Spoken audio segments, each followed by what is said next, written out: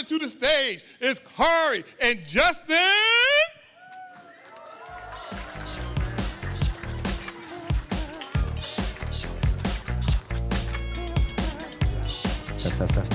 Testing. All right, how y'all doing today? I'm gonna keep it going. How are y'all doing today? Woo! Yeah, there we go. Yeah, so I'm Corey Alexi, president of Captiv Creative, co-founder of Captiv Studios, and this is Justin Bowers. Hello, I'll let him everybody. do his introduction. I'm a visual engineer here in town. I work on robotics, LED walls, Unreal Engine, virtual production stuff. Yeah, so we got a good panel for you today. It was really more so telling our story and maybe guiding you all in the direction if you're interested in film and video production. First thing that I want to do is I want to show a video to you all, and then we'll dive into it. So here we can say.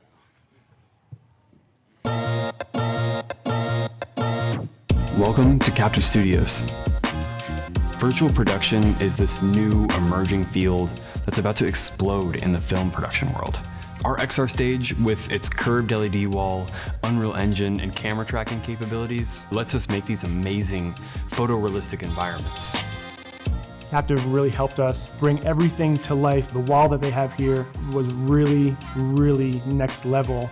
It made it so much easier for our lead actress to really immerse herself in the world because she was in it. You can move the sun, you can change how the wind's blowing, you can change the camera perspective within a couple seconds. You have complete control over your environment. Captiv Studios has done a great job with their space in providing the resources necessary for others to learn more about what's capable in the world of film. Whether you're an indie filmmaker, commercial film producer, or just part of a big production team, our studio is built to support your creative vision. Captiv Studios is helping to shape the future of storytelling. What's your story?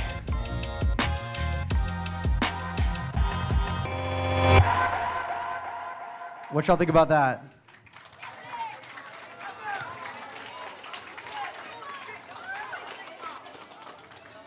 Great. So what I want to do is a lot of times, we'll sit up here and have panels, but as you can see, we tell stories. We create stories and put them into the visual format. So today, really, I just want to tell our story, tell the story of Captiv and how we got to where we are. And it all started out 20 years ago. No, it's not that far back. But really, it started back about 10 years ago. I met this guy, Justin Bowers, and I was a computer nerd. I was doing computer programming for oil and gas companies, creating software, custom software for them. And I really had an interest in software and being in technology, and also mixing that in with creativity. Because a lot of times you'll see software, especially on an enterprise and commercial level, it doesn't have that pop. It doesn't have that creativity. They just want it to work. And it makes sense. They put millions and millions of dollars into it. They need it to work. But I always took it a step further and, really focused on the UI and, and the user experience of this software. Well, got laid off. Oil and gas is a bit volatile, but while I was doing that, I spent a little too much money on video equipment, and I blame this guy right here smiling at me. I definitely convinced them to buy a bunch of GoPros. Yeah, so I bought about 6 GoPros, put them on a rig, and then we started doing virtual reality videos. This was back in the day. That rig cost me about $5,000. So yeah, I blame him for my empty pockets back then. But what he was doing, he was already flying drones, creating commercial content for a lot of different businesses here in the Houston area. And yeah, we would get together and start just nerding out about stuff. Like, yeah, I could program a drone. I could fly a drone. I got this video. We started doing Google virtual tours as well. And if you don't know about Google virtual tours, it's where you can go inside a brick and mortar location and virtually tour it. Same thing with real estate. They use Matterport, but we were using another different rig with a Canon system. And we saw how much value that we were able to give these businesses and these people that really wanted to show things off through visual content.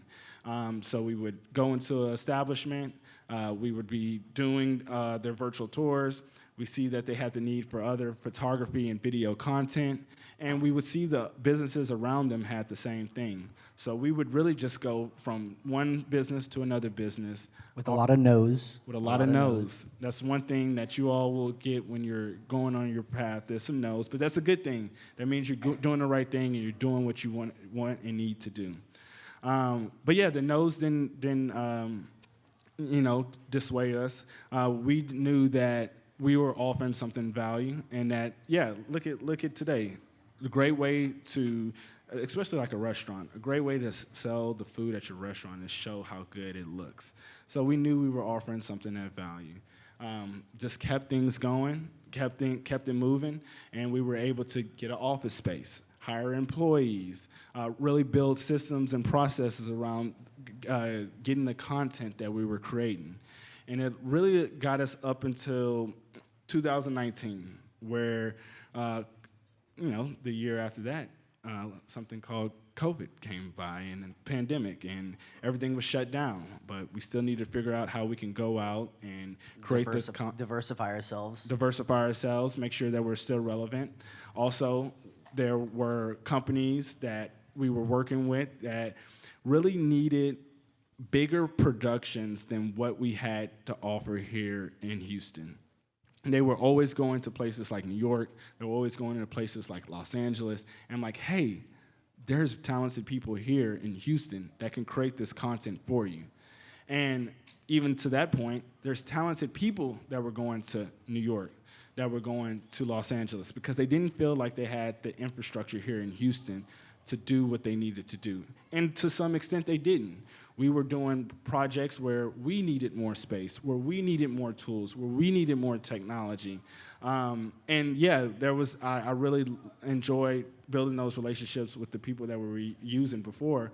But if we had a need, other people had a need. And whenever there's a need, that's what really motivates us. That means that somebody needs to provide this. And then that's what really sparked us to open up Captiv Studios. So Captiv Studios is a 15,000 square foot virtual production studio. So who here has seen The Mandalorian? Actually, let me take it a step back. Who here knows what virtual production is? Okay. Just probably about the same amount of hands that has seen The Mandalorian. I saw a lot less hands. A lot less hands. Yeah. Who has seen the Batman movie, the most recent Batman movie? Yeah, so all of these have been filmed on LED stages inside a studio. So when you're watching Batman ride on his motorcycle, he's actually not riding on a motorcycle. He's actually in front of an LED wall with a big fan in front of his face. Yeah, exactly. So we knew that Houston didn't have a studio like that here, and we wanted to provide some of that technology for people to create whatever they wanted to, wherever they wanted to create it. And there's also some other technologies that didn't exist. Justin, he's our cinema operator, and he could tell you a little bit more about what a Cinebot is. Yeah, I guess take a little step back further. In 2019, we needed to really change our business just from going to film wedding videos to small mom and pop restaurants to food photography. We needed to find our way to differentiate ourselves from the other video production companies that already exist in Houston. And we started by dabbling into some robotics, and that was a couple of projects. One of the projects was Academy Sports and Outdoors. They gave us an idea, and then we ran with it. And I needed to be able to film something in slow motion while moving the camera extremely fast, while also changing out the product so that the final product would be crisp and clean. So we'd have dirt, and then rocks, and then water, and then the final product would be the boot and perfectly clean. Yeah, another one is that G Fuel project. But yeah, so we just kept getting these ideas that were almost physically impossible for us to actually capture, so which sent us on a rabbit hole of finding the tools and the resources, which is robotics. So now if y'all come check out our booth out there, we've got 2 high-speed robots. One of them's holding a camera and some other things, but by jumping into the robotics, it then let us grow into even more things like virtual production, motion tracking devices. And these are all things of the future.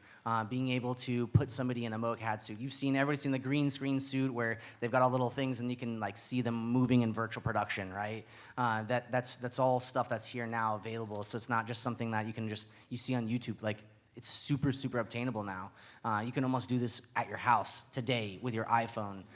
So you just got to start scratching the brain within some of the new technology that's out there. So then y'all can eventually come talk to us about your cool ideas. Yeah, and the ultimate goal is really to build out the infrastructure here in Houston to really allow the talented people to stay here in Houston and tell the stories that exist here in Houston and not have to, bring in outside talent to do so. I love Houston. I've lived here for a long time, and I truly believe that we have something special here, and if we could really build that infrastructure, a lot of other people could stay here and thrive as well. And my friends don't have to move away to LA or New York.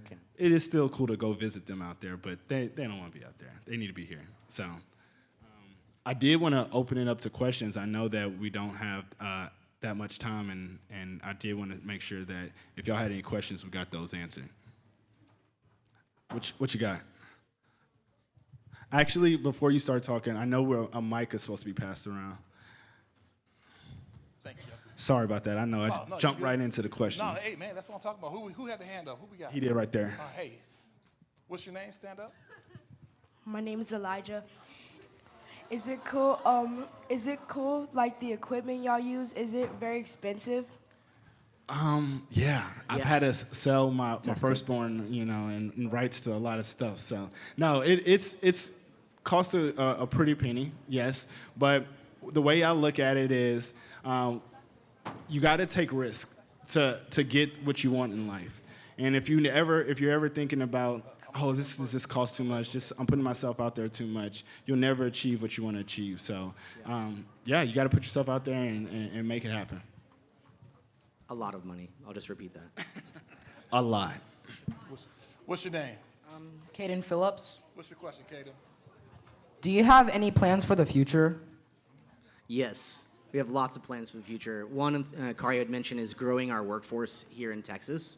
Y'all all watch videos every day, all day, on your phones. And so we know that video content is extremely important for our future. And that can go from filming on an iPhone to 2D animation to some really complex commercial work. And those all take different types of minds and different types of people. Yeah, and just educating everybody on what's going on. There's not a lot of knowledge about Unreal Engine and how to develop Unreal environments. So that's one thing. We're really big on education. So yeah, going in the future, we want to do more things like this so we can introduce the technology to you all. That's awesome. We got one more question right here. What's your name? Oh, hi. My name is Deani Borns, and I would like to ask, do you ever have fun making these projects? That's all we do. That's all we do. Every day, I don't think this is a job anymore. I think this is like my passion. I get to wake up every day and go create something really cool for like Electrolit or for Academy Sports and Outdoors or Jack in the Box. Yeah, dropping fries all day. Yeah, we had Simone Biles for a Vanity Fair shoot in our studio. We get to meet a lot of famous people. We get to have a lot of famous people in our studio and make content with them. Okay, our next question is coming from? Jasim Mohammed. What's your question? My question is, when you use all these things, how do you get the idea of like making it better, and how do you always get the patience to know that like this should get to where I want it to be? That's a great question. It first takes a spark of an idea. I like to draw. I'm now using Photoshop and AI to kind of like figure out what my scenery or my backgrounds and different things are, and then I keep finessing that until I'm happy, and then I go get reviews from my friends and say, hey, do you like this? Does this look cool? And once you have that, then you can actually take that to reality. Yeah, and to even taking a step farther back, ultimately it's about the story that needs to be told. So you figure out, what is this story? What do I want the people to feel when they see this content? What emotion can I spark to make this the most impactful? And from there, you're like, okay, now let's introduce the tools to make that happen. That's awesome. We got a question from Leah. My name is Leah. How long did it take you to get to where you are right now? Too long. So we've been hacking at it for around 2014. 2013. 2013, a little bit over 10 years. 10 years. So, and we're not, no plans on stopping. The next question we have is from Zion. My question is, how long has Captiv Studios been active? Yeah, Captiv Studios, we opened up in June of 2023, so not too long. About a year and a half. The studio's new, but the production company's been around for 10 years. What's your name? Salsa Bell. What's your question? What was some hardships you faced while trying to make that little camera? Can you repeat the question? I'm sorry. What was some hardships you faced while trying to make Captiv Studios? Some of the hardships would be finding the location, getting people to believe in us, finding the equity, the money to be able to do all of the things that we wanted, and then really creating a plan. That was probably the biggest thing, is creating the plan from start to finish to showcase. Yeah, also, I would say the biggest thing, challenges is people. We talk about all this technology and using these cool things, but there's people that use this technology. And, you got to be a leader, and you got to know how to lead people. And if you don't, then you really won't be able to get as much impact as you should or can. That's an awesome answer. Next question is from Abdul. How do you use your cameras to take virtual videos? And I was like, how does your software work?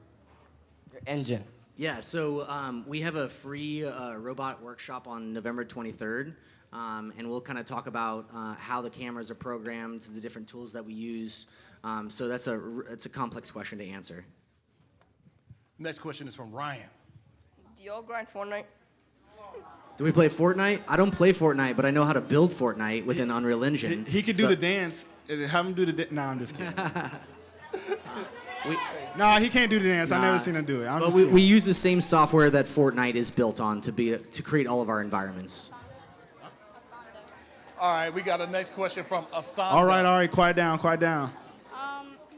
Who is your most favorite celebrity that you've met? Probably in our studio with Simone Biles. I'd say 50 Cent. Or 50 Cent. All right, we're going to take one more question. What's your name? My name is Bola. Do you make games too? Or like good games? I wouldn't say that we make games. We make gaming environments, but use them for virtual production, so on set, so backgrounds for our commercials or the movies that we're working on.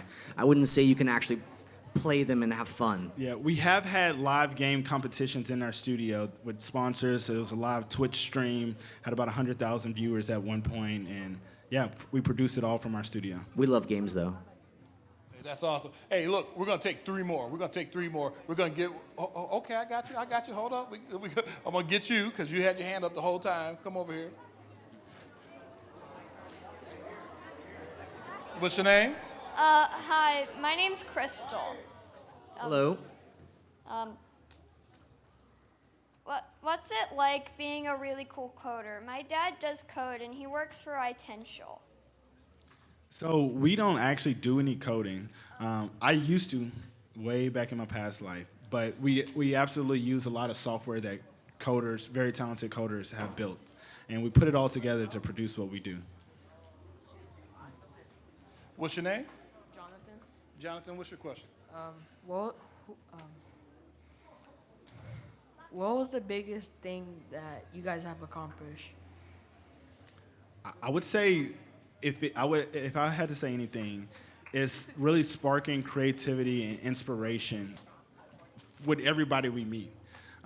People have come back and said, man, you really inspired me to do this. You really got me to go down this path. And that's one of the biggest things within our company. We want to leave people inspired, whether it's our clients that we're working with or the people that we work with to execute the project. Or even the people that are just watching the videos. Or even you all in the crowd. So if you all walk away inspired, that's the biggest accomplishment that we can ever achieve. It would be worth it for us to carry our couple thousands of pounds of robots here just to inspire y'all.